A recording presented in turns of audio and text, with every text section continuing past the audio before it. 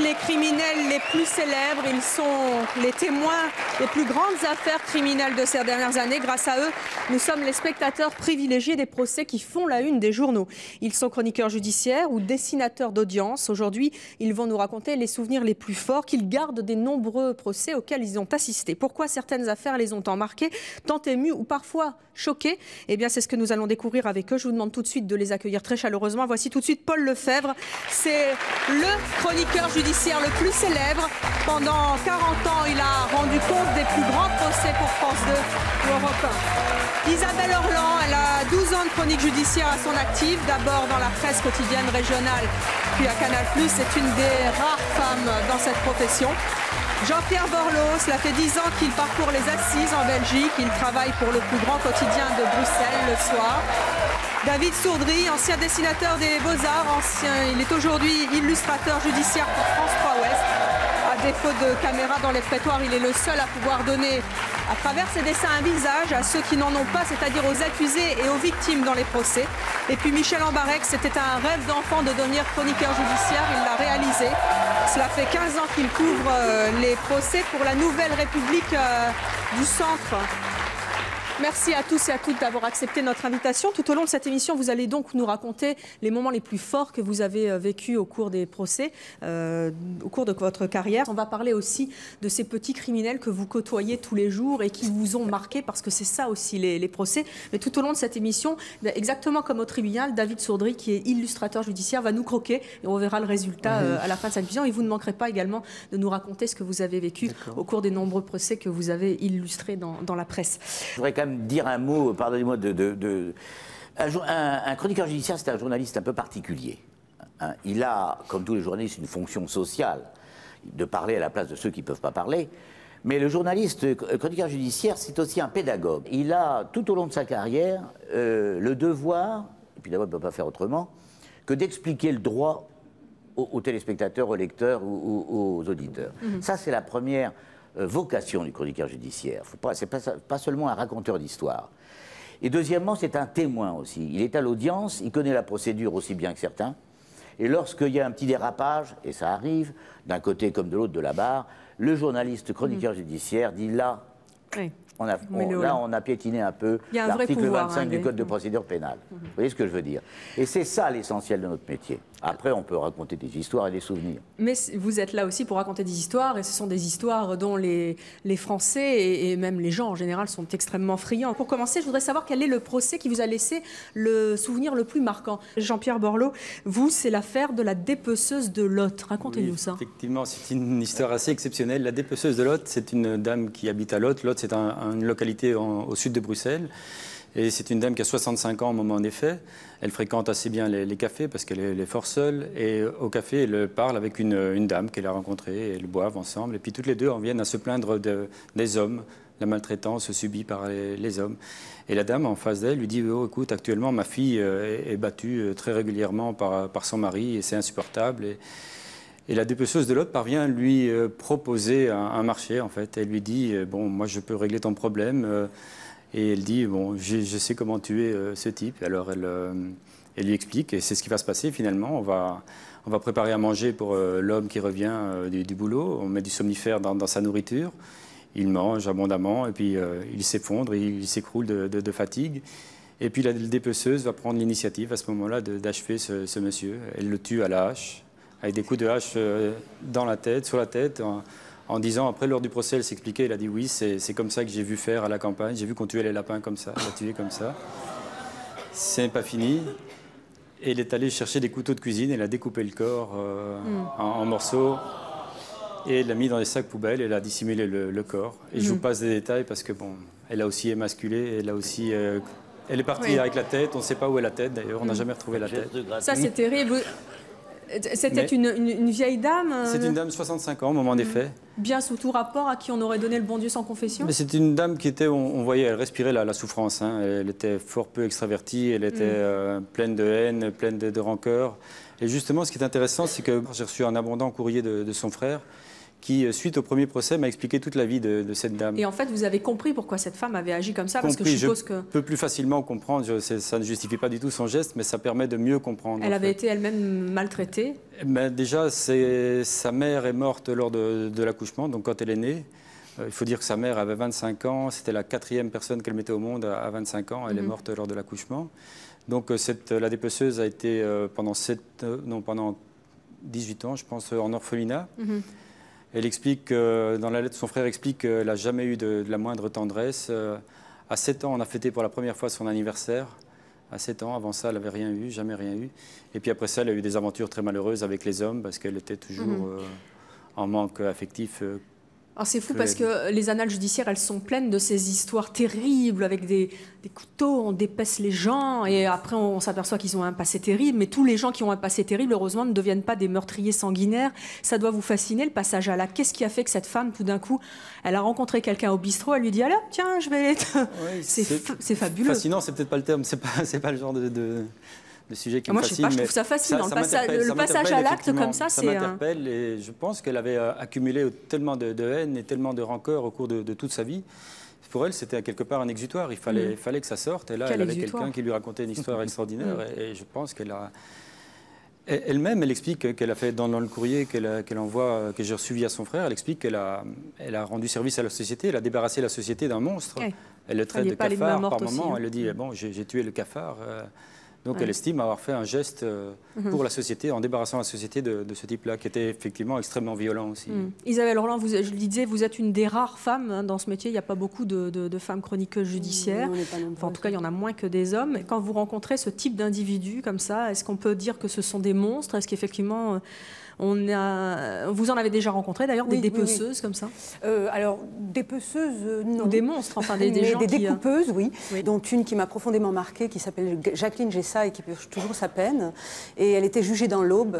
Paul, je crois que tu étais au procès. Et l'admirable pénaliste Jean-Louis Pelletier avait accepté de prendre sa défense. Et le pauvre a été achevé, sans mauvais jeu de mots, par l'attitude de Jacqueline Gessa qui a raconté aux jurés et au public comment elle avait terminé, c'était son terme, son mari. Et en fait, elle a été parvenue à découper son corps dans la salle de bain. Ça avait été extrêmement facile.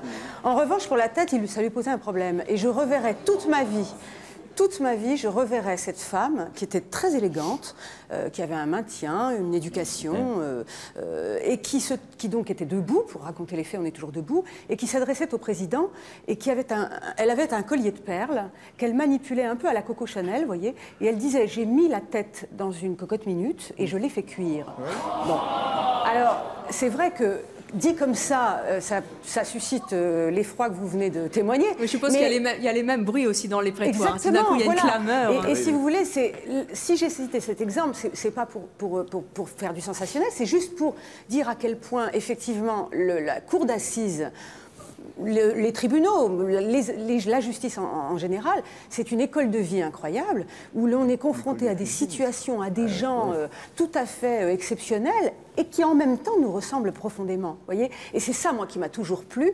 Je vous rejoins quand vous dites le basculement, le passage à l'acte. Moi, ça me fascine parce que je pense que l'on peut tous un jour être amenés à basculer. Pour une raison X ou Y, le crime passionnel en est la plus belle illustration. On peut basculer.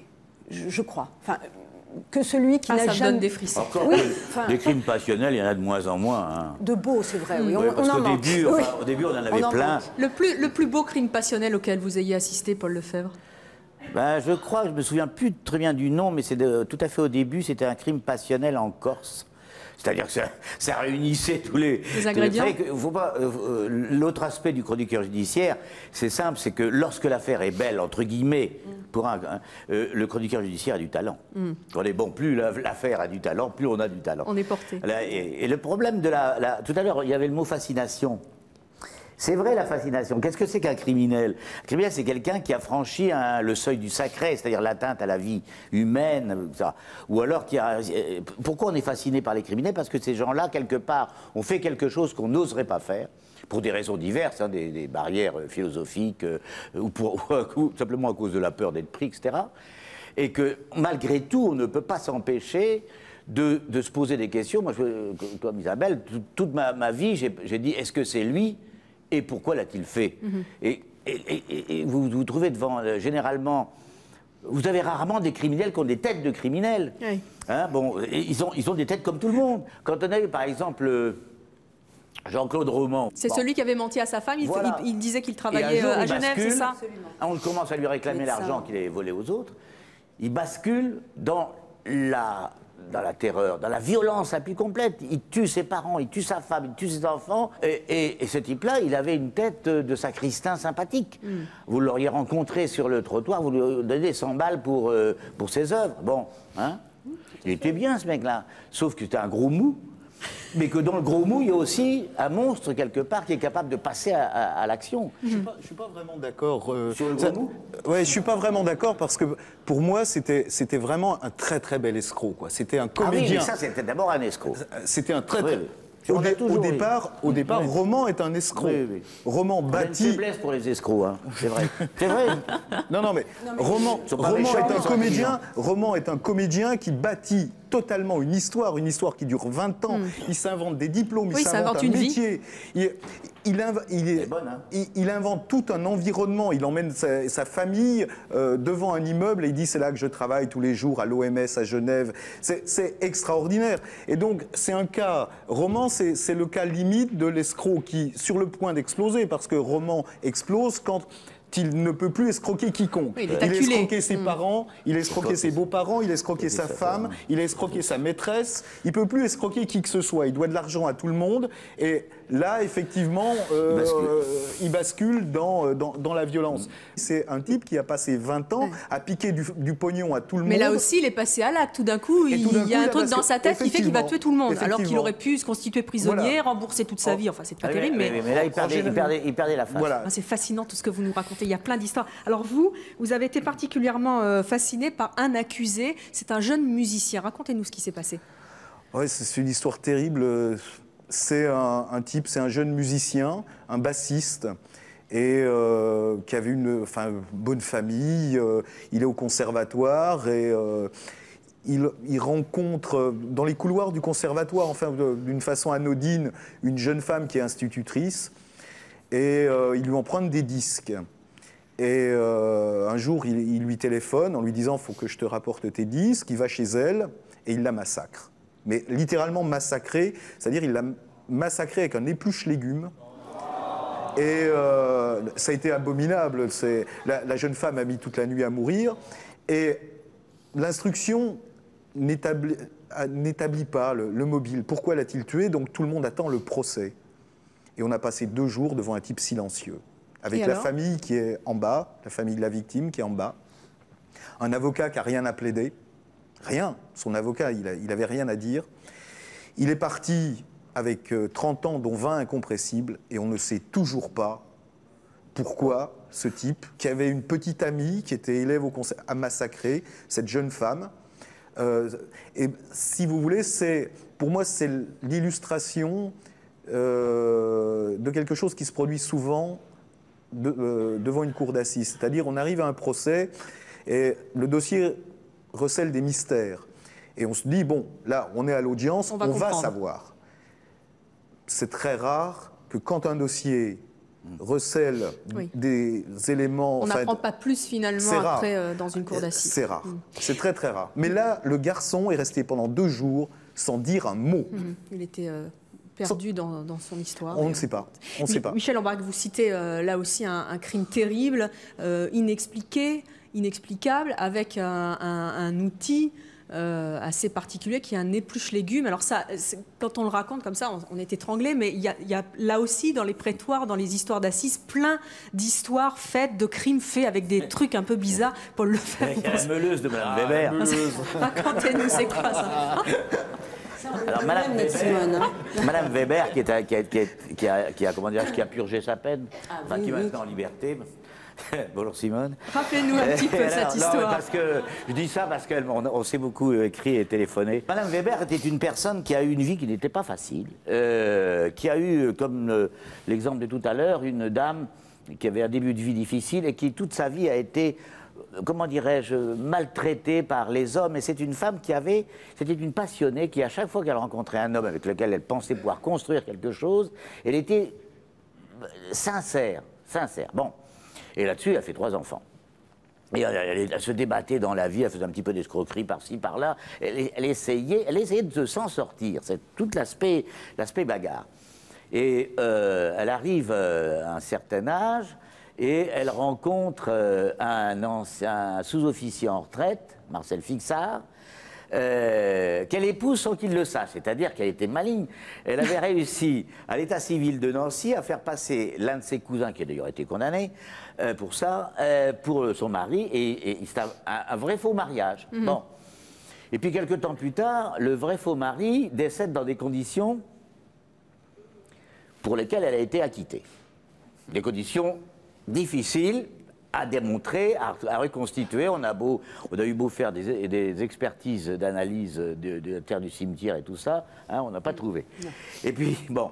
Mais après, elle rencontre un type qui s'appelle... c'est Raymond Etier, hein, c'est ça, Raymond Etier? Non, Bernard Etier. Alors, un type qui était adorable, c'est une sorte de VRP de la tendresse. Il y avait 14 maîtresses dans le coin, était bricoleur, probablement probablement un type de 45 dans ces eaux-là, et un type très sympa, très marrant, un peu volage évidemment, mais enfin, il rendait service sur tous les plans.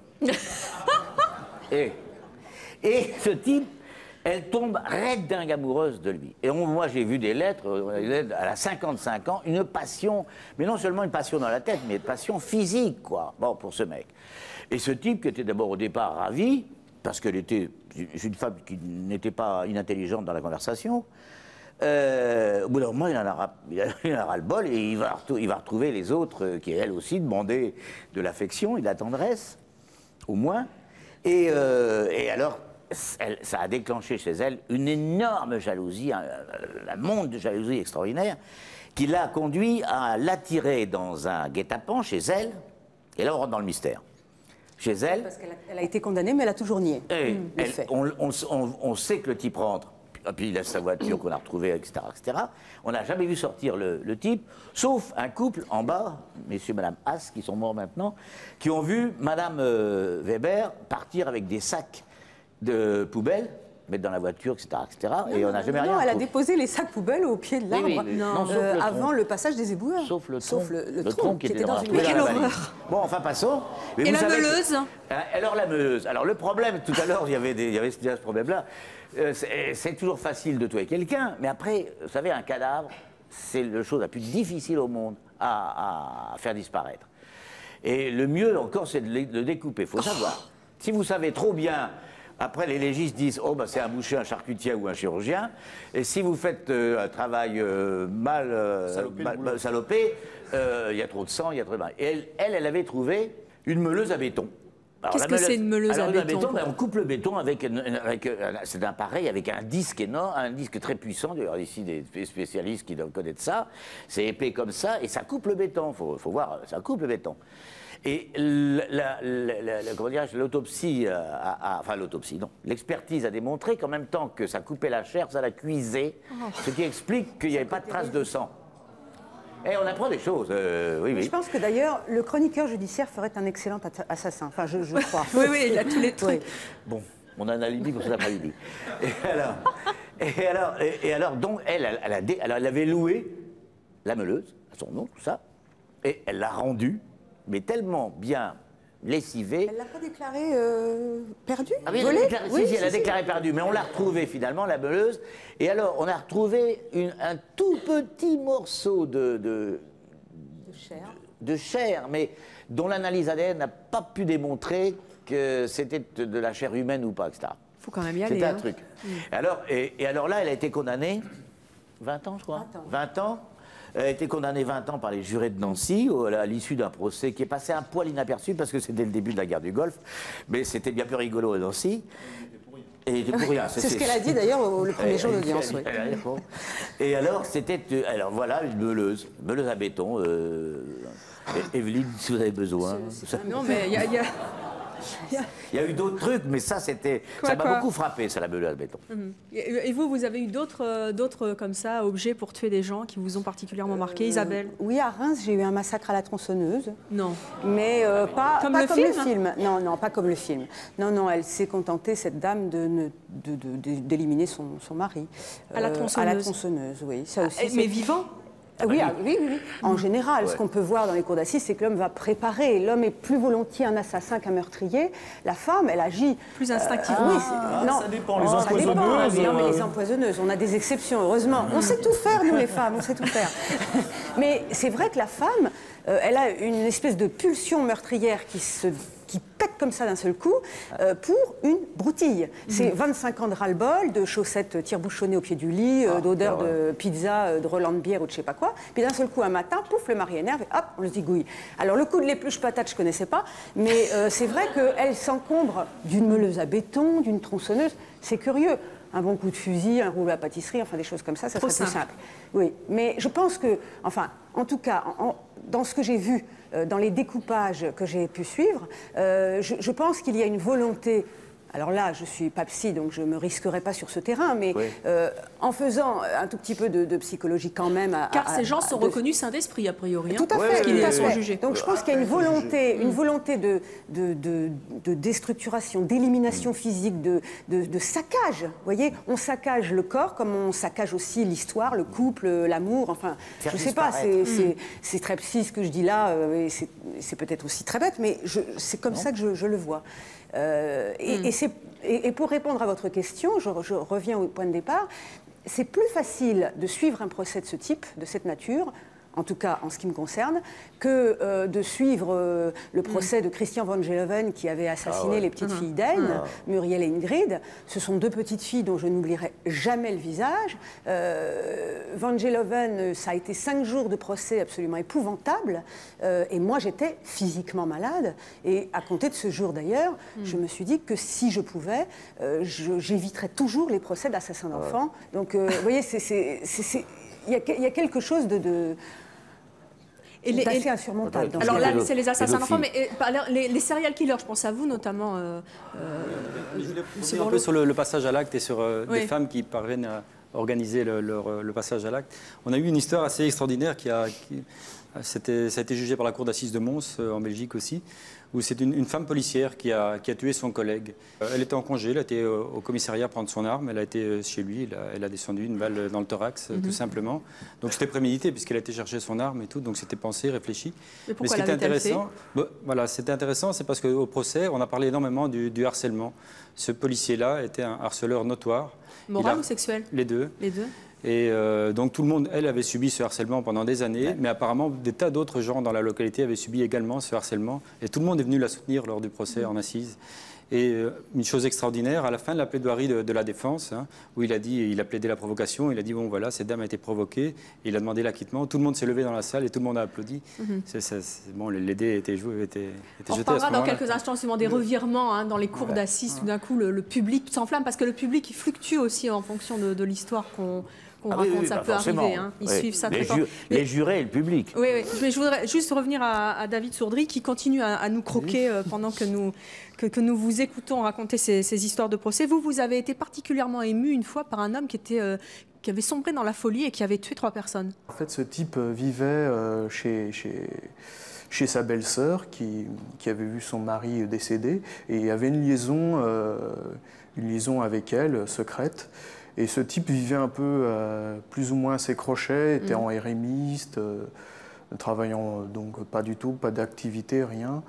S'est retrouvé donc petit à petit isolé de tout. Il faut savoir que ça se passait dans un hameau en plein fond de Cambrousse, quoi. Et petit à petit, s'est persuadé tout seul, en sombrant dans la déprime, que le voisinage le considérait comme un parasite. Il a sombré petit à petit dans la paranoïa et un jour a décidé qu'il fallait régler leur compte assez commère et a massacré toute une famille dans le voisinage, quoi. Tout simplement parce qu'il était devenu parce qu'il était persuadé que ses voisins le persécutaient. On disait en fait. qu'on le persécutait, quoi. C'était lui la victime et il fallait qu'il rende justice. Et c'était une manière pour lui aussi de montrer qu'il était actif quelque part. Et que quelque part, qu'il n'était pas une chiffre molle. Là aussi, est-ce que ça vous est déjà arrivé, des histoires comme ça de voisinage où ça se termine mal, où un type va tuer tout le village pour une raison aussi qui monte Je me souviens d'une de mes premières expériences, un des premiers films que j'avais fait en prison. J'étais arrivé à Caen et avant de rentrer dans la prison, j'avais vu un type qui retapait le mur de la prison. C'était la vieille prison de Caen. Hein. Et alors, je suis allé voir le directeur, on parle, etc. Puis je rencontre ce type et je parle avec lui. Évidemment, il est totalement innocent, etc. J'étais moi-même très innocent au départ. Ça a changé un peu. Et après, je vais voir le directeur, non mais ce type-là, il est innocent. La preuve, c'est que vous le laissez sortir, finir le mur de la prison. Alors il s'est amusé, et il a fait ce que un directeur de prison ne doit jamais faire, c'est de sortir, non pas le dossier, mais des éléments qu'on lui donne. Et le type avait tué sa fiancée, les parents de sa fiancée, l'ensemble des frères et sœurs de sa fiancée, ils en étaient 11. Bon. Et pourquoi parce que tout le monde était d'accord pour qu'il se marie, etc., etc. Et il s'était bagarré pour une histoire de mitoyenneté de terre, lui voulant réclamer la part de sa fiancée en disant cette terre-là est à moi, bon, etc., etc. C'était parti de ça. Et pour arriver à 11 morts, il était retourné chez lui avec son fusil, chercher son fusil, était rentré, il avait liquidé tout ça. Alors cette histoire, elle m'est toujours restée dans la tête, d'abord pour deux choses. La première chose, de ma naïveté. C'est toujours bon de se rappeler de sa naïveté, même plus tard. Et ensuite, parce que dans les prisons, il n'y a que des innocents, bien entendu. Et aussi parce que c'est ça qui est intéressant, c'est que quand on est emprisonné comme ça, peu à peu, peut-être 1 ou 2 ou 5% assument leur acte. Les autres, ils l'oublient, ils veulent l'effacer, et peu à peu, ils sont persuadés qu'ils sont innocents. Et ça, c'est extraordinaire, c'est-à-dire que la prison, l'isolement, ce monde un peu particulier, ça vous transforme un personnage, autant peut-être que la vie l'avait fait auparavant pour qu'il commette un crime. C'est tout à fait étonnant, ce genre de truc. Est-ce que vous avez déjà rencontré d'ailleurs des accusés à la mauvaise foi vraiment évidente? Tous le sont, ou il y en a vraiment qui sont pires? Isabelle? Le premier nom qui me vient à l'esprit, c'est Maurice Papon. Ah bah, voilà, dont la mauvaise foi nous stupéfia. Le procès Barbie, comme le procès Papon, ce sont plus que des procès, c'est des moments d'histoire. Et moi, je sais bien que ces deux procès-là ont marqué ma carrière, mais ont marqué aussi beaucoup ma réflexion. Au cours de ce procès, qu'est-ce qui vous a vraiment marqué? Quelle est la chose qui vous a marqué quand vous regardiez Klaus Barbie en face de vous tous les jours? Ce qu'il y avait de grandiose et d'enrichissant, c'était ceux qui venaient enfin raconter ce qu'ils avaient vécu et comment dirais-je, témoigner à la place de ceux qui étaient morts. D'ailleurs, certains d'entre eux disaient « je viens ici témoigner à la place de ceux qui sont morts ». Et je me souviens que pendant les suspensions ou ailleurs, il y avait des gens dans un état physique très, très, très difficile qui disaient « après ce procès, je meurs ». Et le fait de tenir le coup pour venir témoigner, après, il y en a plusieurs qui sont morts. Comme ça, ils avaient rempli leur devoir par rapport à ceux qu'ils avaient laissés dans les camps, et ils se sont laissés aller. Ouais. C'est beau, ça. Mais Michel, oui, vous parliez tout à l'heure, on parlait des armes, mais il ne faut quand même pas oublier que ce qui tue le plus, c'est les armes à feu. Hein, c'est quand même s'il y a des gens qui... Le fameux fusil de chasse qu'on a, le 22 long rifle qu'on a à la maison. Le fusil de chasse et le ou la 22 long rifle à un coup. Et ça, c'est un des procès les plus extraordinaires aussi que j'ai vus. C'est une histoire de famille, c'est-à-dire dans une cuisine, il y a le père et ses deux fils. Les deux fils étant manipulés par la mère qui veut se débarrasser du père. Il y a un seul coup de feu de tiré. une seule balle, puisque de toute façon, c'est un pistolet 22 long rifle à un coup. Il y a une seule balle. Le père est tué. L'enquête, l'instruction n'ont pas permis d'établir lequel des deux frères avait tiré. Le procès est arrivé, et je pense que l'avocat a mal joué, parce que l'avocat a voulu jouer, les deux sont dans le box, il y a forcément un innocent, vous ne pouvez pas condamner les deux. Et finalement, ils ont été condamnés les deux, ils ont pris... Mais même au procès, on n'a pas réussi à le savoir. À un moment, un des deux frères a eu sur le bout de la langue de dire quelque chose. Est-ce que, du genre, c'est pas moi, c'est lui. Et l'avocat a dit, oh là là, monsieur le président, il faut suspendre, mon client fait un malaise. Et c'est aussi un dossier, parce que là on est sûr qu'un innocent a été condamné à 13 ans de prison. Hein. Vous vouliez aussi parler des victimes, parce que les victimes on les oublie quelquefois, on parle des accusés, et vous avez une histoire très très forte par rapport à une victime, racontez-nous un petit peu. C'est une histoire vraiment bête, hein. C'est un gamin, hein. Il a 18 ans et 2 mois, ce qu'on appelle un crapaud, et il récupère un pistolet 22 long rifle. Il va au bord de l'eau pour l'essayer, faire ricocher des balles sur l'eau. Et puis tout d'un coup, il se dit quel effet ça fait de tirer sur quelqu'un avec ça. Faire un carton. Voilà. Et il remonte sur un pont où passe un jeune homme qui a 20 ans, un jeune, et il lui tire une balle dans le dos, il le tue. Même pas pour lui piquer 50, rien, pour voir l'effet que ça fait. Et à l'audience, alors, la mère de la victime, qui était une femme catholique profondément croyante, est venue à la barre expliquer pendant une demi-heure, 3/4 d'heure, pourquoi elle pardonnait à l'assassin de son fils. Pour des raisons qui tenaient à sa foi, qui tenaient à l'histoire de l'assassin. Elle s'était penchée sur l'enfance de ce gamin. Et elle a expliqué aux jurés qu'elle pardonnait. Et c'était un moment vraiment très, très fort. Vous avez compris le sens de ce que disait cette femme ou ça oui, c'était une réflexion religieuse sur le pardon au sens religieux du terme. Les jurés en ont absolument pas tenu compte. Hein. Les jurés ont condamné de toute manière le geste gratuit de ce jeune homme qui voulait savoir comment ça fait de tuer quelqu'un. 18 ou 20 ans. Mais c'est vrai qu'il y a tout un courant aux États-Unis de gens qui pardonnent aux assassins de leur mais chaque fois que... faut savoir un peu comment sont disposées les cours d'assises, mais quand on arrive, enfin pour ce qui est de la presse écrite, on arrive d'abord, c'est solennel, c'est pas comme la correctionnelle. On sent, il se passe quelque chose, on n'a pas la même attitude aux assises. Et en fait, la vedette du jour, c'est l'accusé. Il est dans le box, c'est à lui qu'on s'adresse. Et souvent, la famille de la victime est placée en contrebas du banc de presse. Et on la voit pas, on l'entend pleurer et tout. Et moi, je n'arrive pas à oublier ces gens que je ne vois pas et dont je sens la présence en bas. Et chaque fois qu'il y a une explication pour tenter d'exonérer le geste,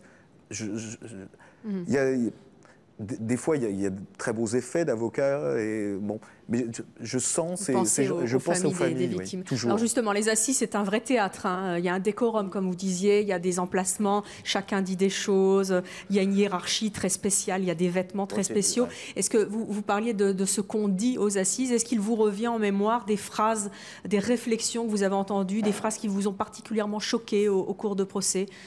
Objection, votre honneur. Ah oui, ça c'est un classique. Ça c'est le classique. C'est tout bête, c'est-à-dire que, je reviens à ce que je disais au départ, les Français ont une telle ignorance de leur procédure, de leurs droits, hein, qui est pourtant un des fondamentaux de notre démocratie, qu'ils sont complètement englués par les séries de feuilletons américaines dans lesquelles il y a le droit saxon, dont une procédure est totalement différente de la nôtre, qui est de droit latin. Et alors vous voyez souvent dans les feuilletons d'abord des mandats de perquisition, ce qui n'existe pas en France. Et puis vous avez aussi objection, votre honneur, etc. Et alors, ça m'est arrivé, vous aussi, je pense, je me souviens d'un président, c'est le président Giresse à Paris, alors qui n'était pas un plaisantin. Dieu ait son âme. Et alors, il se trouve devant un type qui lui dit objection à un témoin. Il pose une question et l'autre ne veut pas répondre, je ne sais pas quoi. Il dit objection, votre honneur. Il a failli le poursuivre pour outrage à magistrat. Parce qu'il n'avait pas le droit de le dire. Non, ça n'existe pas, je veux dire, ça n'existe pas. Bon. Justement, oui. Je voudrais juste ajouter une chose par rapport à ce que dit Paul. Bon, il évoque les phrases, etc., Oui. tout ce qui Est-ce que fuse. vous avez, vous, des phrases qui vous reviennent comme ça? Non, mais il y a une chose que je voulais dire et qui me semble importante, c'est que moi, ce qui m'a frappé beaucoup au cours des 12 années d'expérience, c'est que c'est le président qui peut tout faire aller dans un sens où bon. C'est lui il y a qui des dirige présidents tous les jurés haineux. aussi. Il y a des présidents haineux, il faut le dire. Il ne faut pas avoir peur d'outrager la magistrature. Des présidents qui détestent à l'évidence l'accusé qui comparaît pour des raisons X ou Y, parce qu'il est maghrébin comme dans l'affaire Omar Haddad ou d'autres raisons. Bon, bref.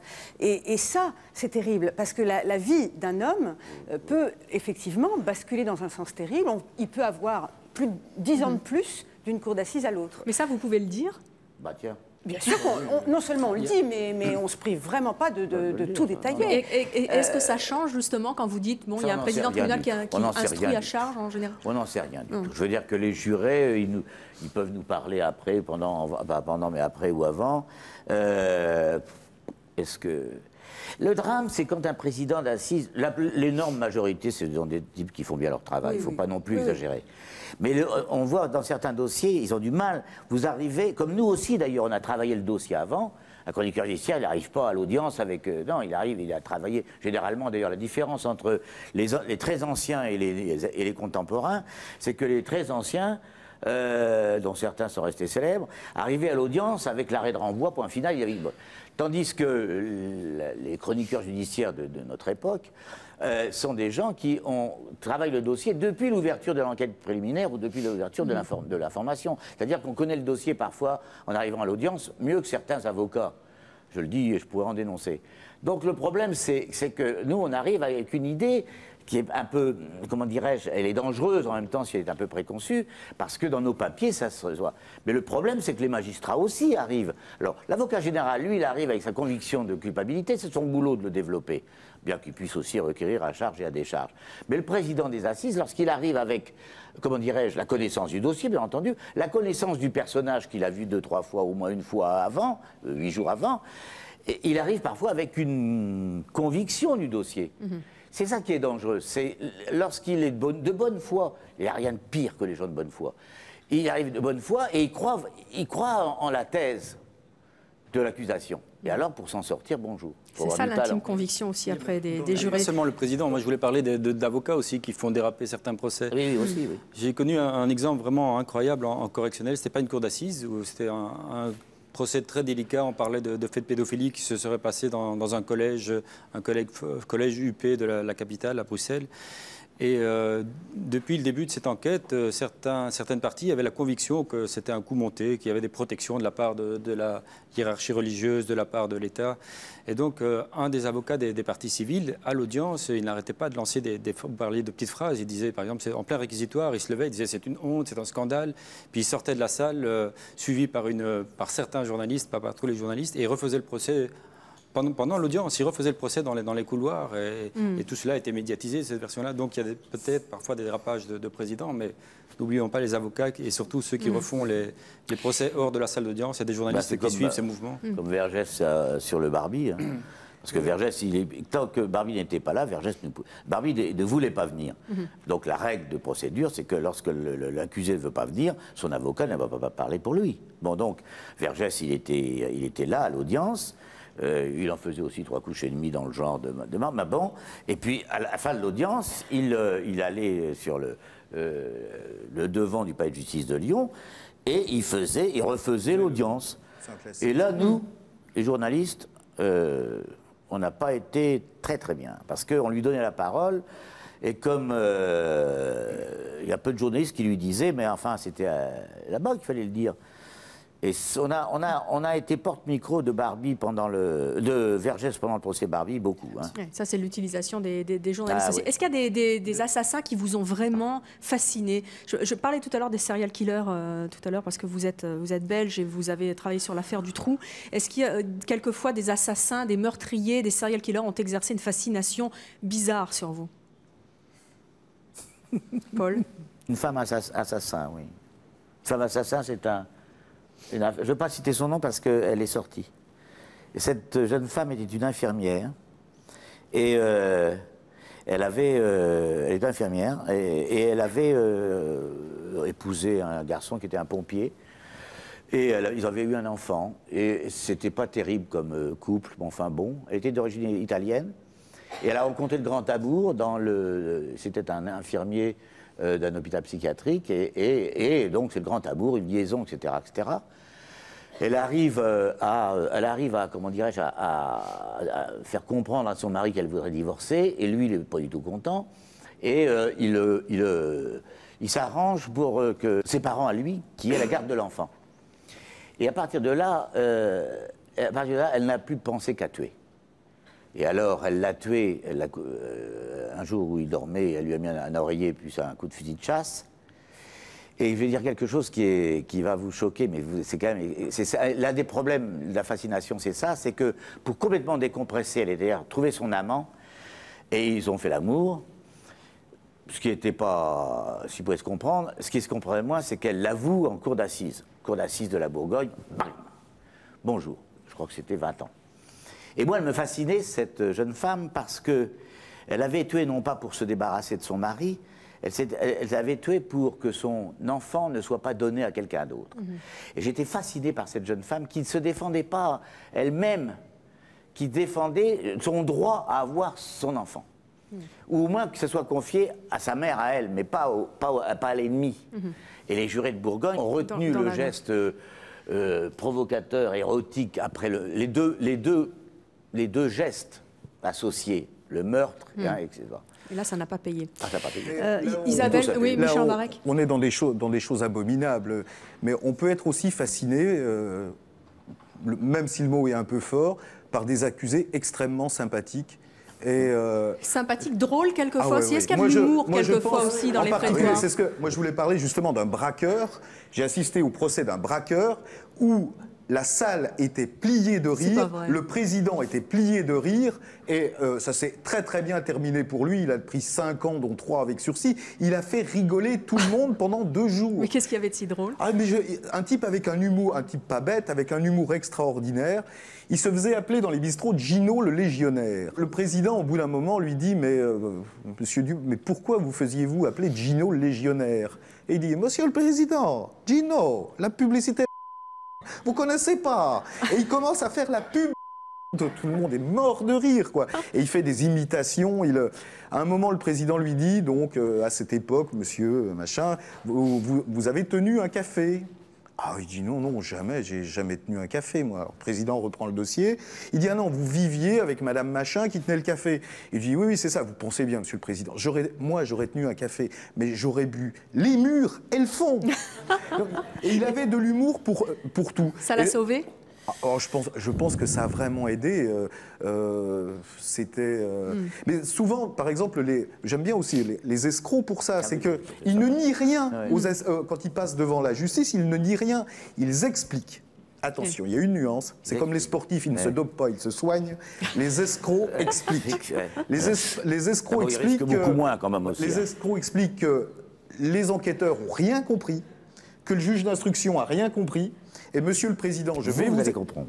Vous allez comprendre, je vais vous expliquer. Ils refont l'affaire. S'ils avaient bien cherché, ils auraient trouvé et tout. Et de toute façon, l'argent, si on m'avait laissé aller au bout du projet, évidemment...